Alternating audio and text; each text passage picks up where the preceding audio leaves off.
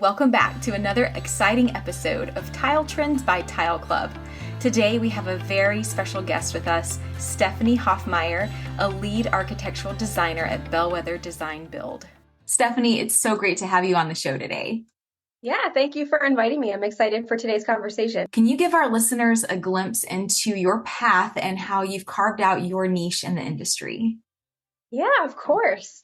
So this is something like I always knew I wanted to do. I grew up exposed to like my childhood home having multiple additions for decks and sheds and throughout the family everyone was doing something growing up, and I had family members in the industry and it just felt like it fit.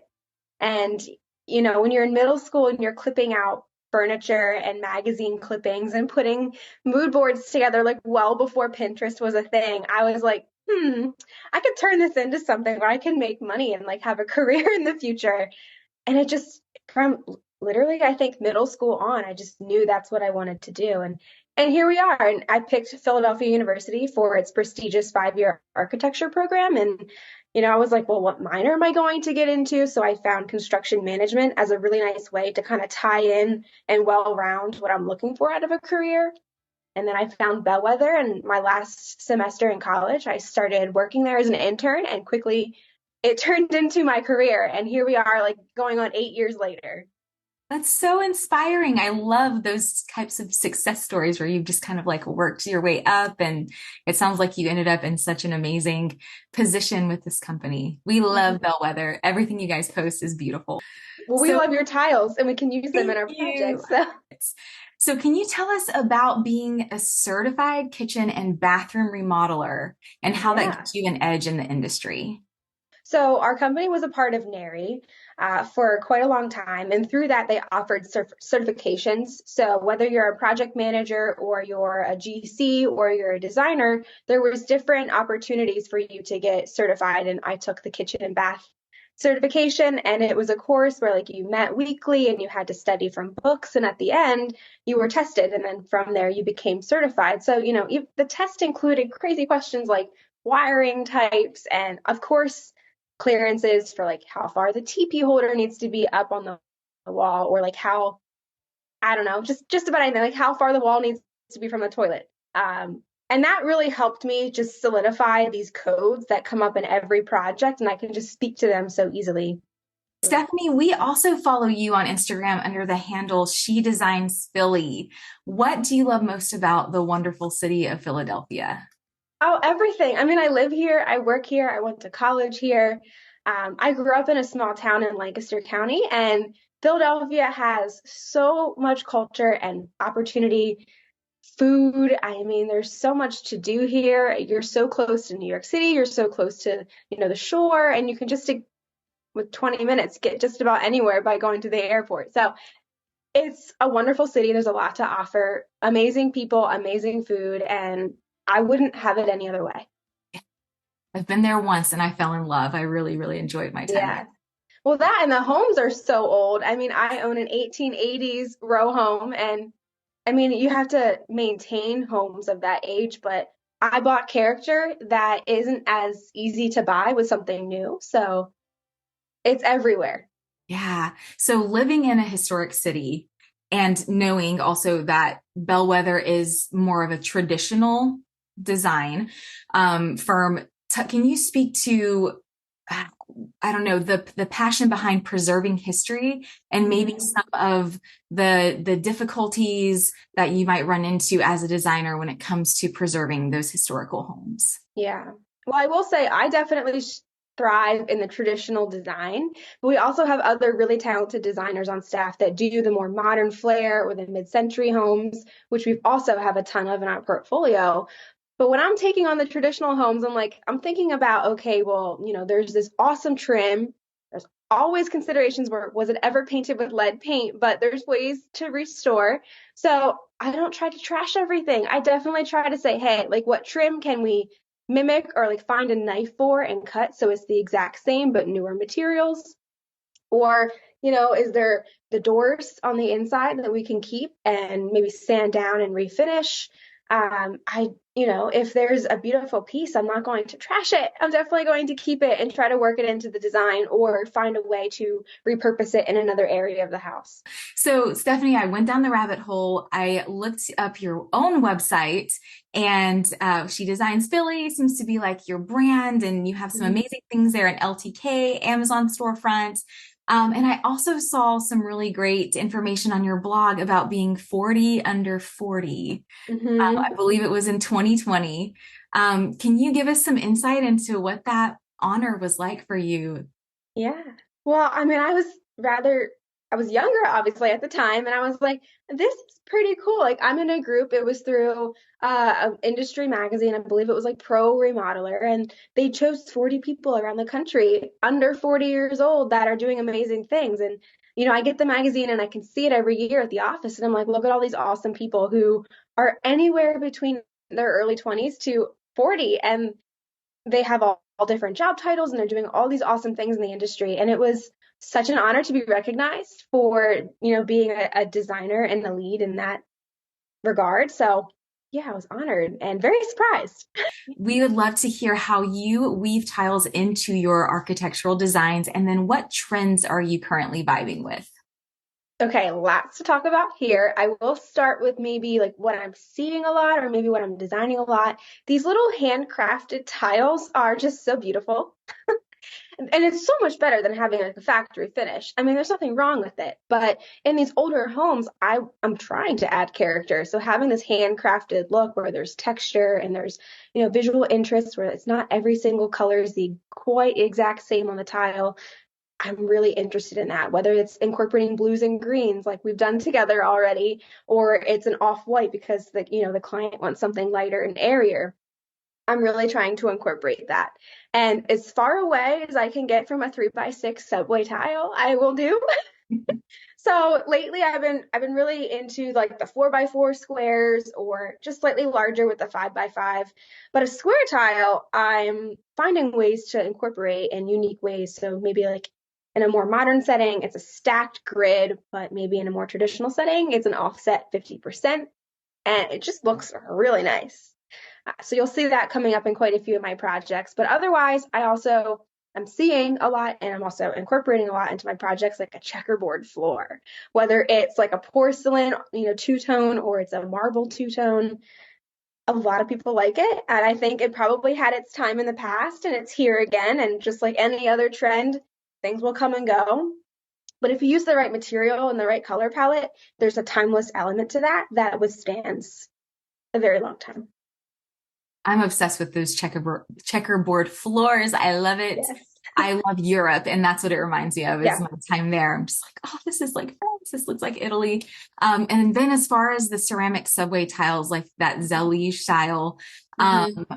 we carry a lot of those different tiles. My favorite that you should look into if you haven't is I think it's 2.5 by 16, our lake Okay. tiles, and they are Okay. cool. I have them installed in my own backsplash. And every time people come over, they go straight to my kitchen. This is amazing. Where did you get this? Yeah. I'm like, you know where I got this Well, stuff. there's a tile that I'm trying so hard to incorporate. It's the Luna tile, the new Yeah. tile that has that like sort of crest shape, but then there's Mhm. also the flat one. I love the colors. I just need to find the right project for it. So when you're collaborating with your clients, Stephanie, how do you balance their vision with your own creative mojo? That's a great question. And I mean, when you're working in a design build firm like mine, we tailor a lot to what our homeowners are looking for because they are coming to us for that, outside of that traditional model where you hire a designer and then that designer finds a GC and then you have to ultimately find the right price and build it. I feel like with a design build company, you're coming in and it can be a little bit more hands-on. So if a homeowner's like, I have an idea for a color scheme, but I really need the professional's opinion to see it through, that's where I come in and I start with, okay, let's see what your inspiration looks like. And then let me ask quite a few questions and get your feedback. We even have lifestyle surveys that we put together for specifically like bath projects or kitchen projects, which, go down the rabbit hole too of all these things that they might not have considered. From all of that, we then say, okay, like as the professional here with our expertise, it seems like and it sounds like you're interested in X, Y, and Z.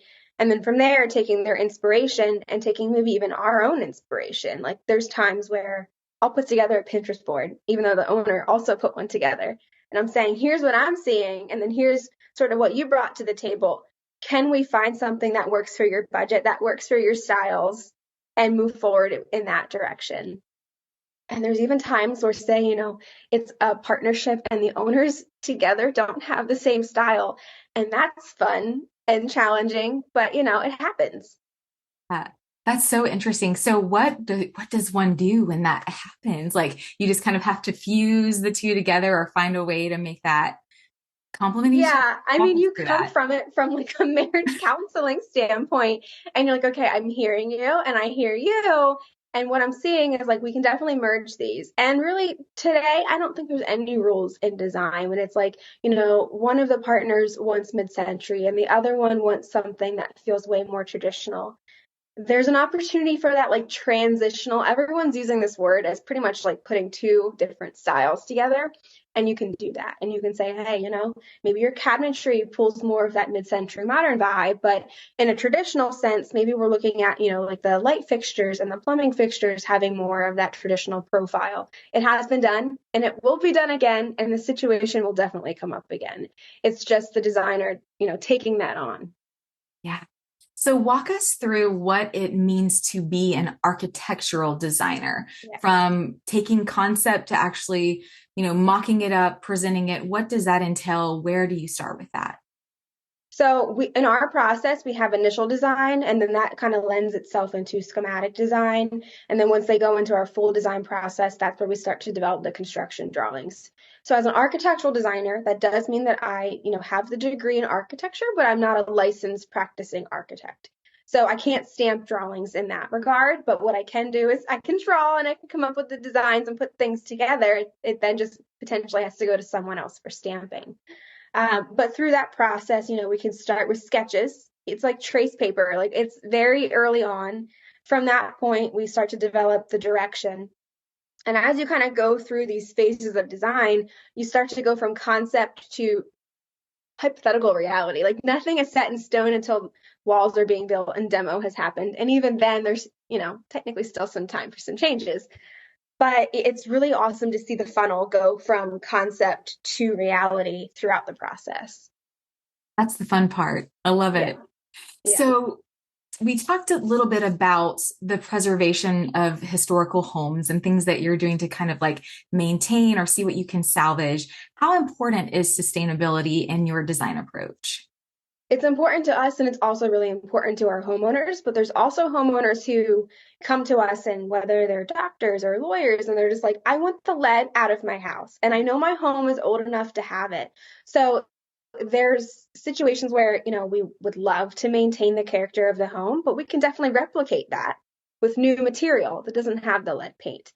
In other situations, say there's a 10-year-old kitchen, but it's just not the owner's taste anymore. We're going to carefully remove that and donate that to Habitat for Humanity. And it's a team building opportunity. So even later today, after this call, I'm going to a home where we're going to be soon coming up to demo, but our team is carefully removing the cabinets and donating them. And that's a really nice way to honor and not just completely just trash something. How do you balance design in your career with your personal interests like golfing and good food and traveling?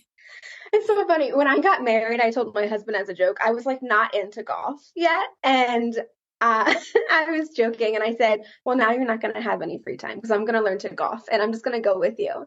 And I'm laughing because I'm obsessed with it now and it's something we can do together.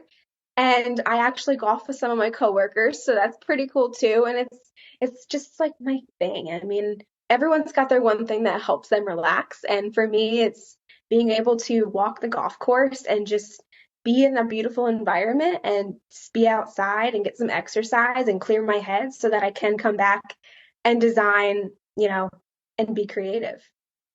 Yeah, that's great. Balancing that career and like getting a break, self-care, so, so important. So you mentioned enjoying good food and travel. Can you tell us one of your favorite places to vacation or visit? Oh, we've spent quite a bit of time in Puerto Rico and in Mexico recently, just for the culture. My husband is from Puerto Rico. A lot of my friends are also from Puerto Rico, so it was really awesome to see sort of their culture and potentially like even where they grew up.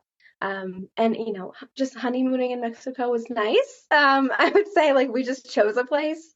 I think next on our bucket list is probably going to Italy if I have my way. It might happen sooner than later, but with architecture being a background, there's so much history over there, and I would love to see it in person instead of in a textbook. Yeah. I was going to ask, so when you're traveling, I know how I am working in tile all day, every day, and I love it. I can't help but notice, No, oh, the tile work. Oh, they need to work on that. Or, oh my gosh, I love that. So when you are traveling, are you kind of soaking in the elements and kind of going, oh, I'm taking this idea back to yeah, it's a blessing and a curse because I feel like I'm such a critic, and there's a time and a place to provide feedback, and you'll see stuff that you're like, why did they do that? And then you're also going to see stuff where you're like, that was genius. I want to incorporate a similar idea, or this light is beautiful. So it's every day. It doesn't even matter if I'm traveling. It's like I go to a restaurant and I'm like, I'm going to remember this. Or, I'm driving down the street and I'm like, I really like their curb appeal. Like, I want to incorporate that. Mhm. So, I mean, every designer listening to this is going to be like, yep, that resonates.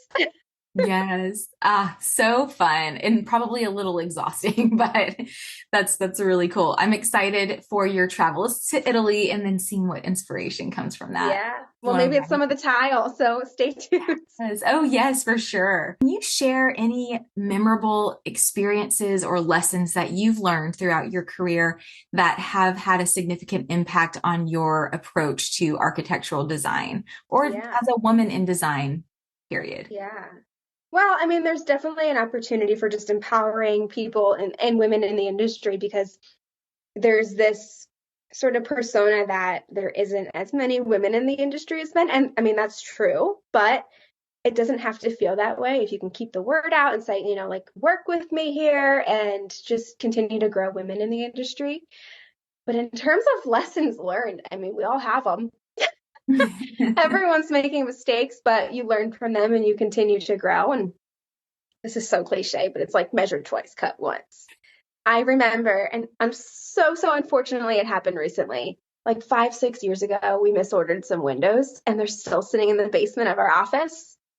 And last week I spec'd out the wrong windows, but it was only two, which is good. But it happens every so often. And you're like, I could have done better.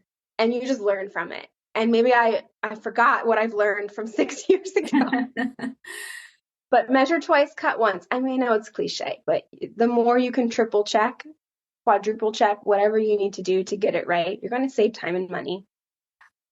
But, we're also in an industry where we're going to figure it out. And if there is a mistake, we all know how to fix it. I want to hear all about exciting projects that you have coming up. Tell our listeners what's kind of on your plate for 2024 and what you're most Mhm. excited for us to follow along with. Oh, I'm excited about so many different things. We have projects all over the greater Philadelphia area, between that traditional design and even some more modern flair. We have a few additions coming up that are pretty unique with roof decks and pilot houses. And then there's some whole home renovations that completely transform layouts and flow of spaces and upgrade the spaces for like modern technology. So, a lot of the times we're coming in and there's appliances that are 30 years old and we're like, all right, it's time. Even though that's a sub-zero and it might be time for that one to get updated. So, lots of major renovations. I'm even doing a project right now that we have the owners were living in a row home for 30 some years and then their neighbors sold, but they bought it. And now we're making it one big house. And that is a huge undertaking because you can imagine that is 3 floors of brick that we have to support with some major engineering. So we have, huge steel beams and columns and a lot of masonry and excavation going on. I think I worked on that project in design for probably 2 years, and the construction is probably a year. So, I mean, it's a big job, but you really get to know your client after 3 years. And it's awesome to see them come back into the space after so long and get to enjoy it. That's so cool. I'm excited to see that. So are we Yeah, going to be following along with this, or are you sure. already in the works of posting? Definitely already in the works. It's in construction already, so we're well past the design phase. But I mean, even what was it, like last week or 2 weeks ago, I did a job site just kind of walk through, and I was like, I think we need a skylight. Like, design's not completely over yet. I think we can make a few adjustments. And the clients were like, yes, that sounds awesome. So we'll, obviously there's a change order for that, but we'll get that in the works for you, and we'll give you a skylight where there wasn't one. And of course, in the city, all you want is natural light. And luckily for us, it's a first floor addition. So we're getting the light into the middle of the home, which is really the darkest space in a row home. I'm excited about that one. Follow along to see how that one goes. So fun. I love seeing your passion shine through. Like it's so clear that you love what you do. And Yeah. it's so refreshing to talk to somebody that's like in love with their job and these opportunities that come your way to be creative and Yeah. do what you love. So some final words, Stephanie, as we wrap up our podcast today. First and foremost, such a treat to talk to you and get to know you. I feel Yeah. like Thank you. I've seen your face for years and seen your beautiful designs, but to actually like meet you and get to know a little bit more about you and your passion is really cool. So last question for you. What advice do you have for anyone in design looking to pursue their passion and just create something different? What would you say to them? That's such a good question. And I'm a little stumped, but I feel like if I could go back and do it all over again, it's just being able to absorb everything around you and sort of digest it to create your own like personality within the design field. I feel like, there's Studio McGee, there's Joanna Gaines, like there's all these amazing women that have come up and have become so popular in the industry. And it's like, don't let that intimidate you. You can still be amazing, even if it's just in Philadelphia or Pittsburgh or wherever it may be. But I think it's just taking the opportunity to just learn as much as you can, do all that continuous education and those opportunities, read.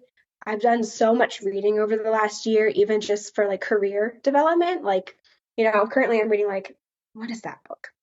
You can tell I'm currently not reading it, I guess, that well, but Atomic Habits, I think that's what it's called. And it's like just learning as much as you possibly can before, you can't use those practices anymore. So I would say just absorb it, learn, read, and take every opportunity as it comes. Awesome. Wise words. Very inspiring. I love that you highlighted, you don't have to be no like shade to Joanna Gaines. I think she's incredible. I'm obsessed with her. Love everything she does. But you don't have to be a Joanna Gaines to be successful and to find your own way. I think that's important for women to hear, especially in, living in a world where social media just bombards you every day, tells you you're not enough, tells you you can do better, should be better. And we have to kind of carve out our own way and follow our own path while learning, Yeah, I think, from what others have done. So, absolutely. And it's like if you create a personality that a client's going to gravitate towards, that's all you need. mhm. You don't need to be what everyone else is. So, it's so hard to put yourself out there. I've definitely even learned from that, like putting your face on Instagram in a reel that's being pushed to thousands of people. I'm like, I don't know. It took me a long time to get there. But once you do put yourself out there, people start to get a sense of who you are. And I think that's really important. And you don't need a TV show to do that. Thanks again, Stephanie, for Thank you. joining. I'm honored. Thank you. Seriously. Yeah, it's such a pleasure. We're definitely going to shout it out, have all the links here where people can find your personal site and as well as Bellwether Design Build, Mhm. and follow along on your incredible journey in design. Yeah. Yeah. Awesome. Well, thank you. That's a wrap for today's episode of Tile Trends. A huge thank you to Stephanie Hoffmeier for sharing her insights and inspiration with us. Until next time, keep dreaming big and tile on.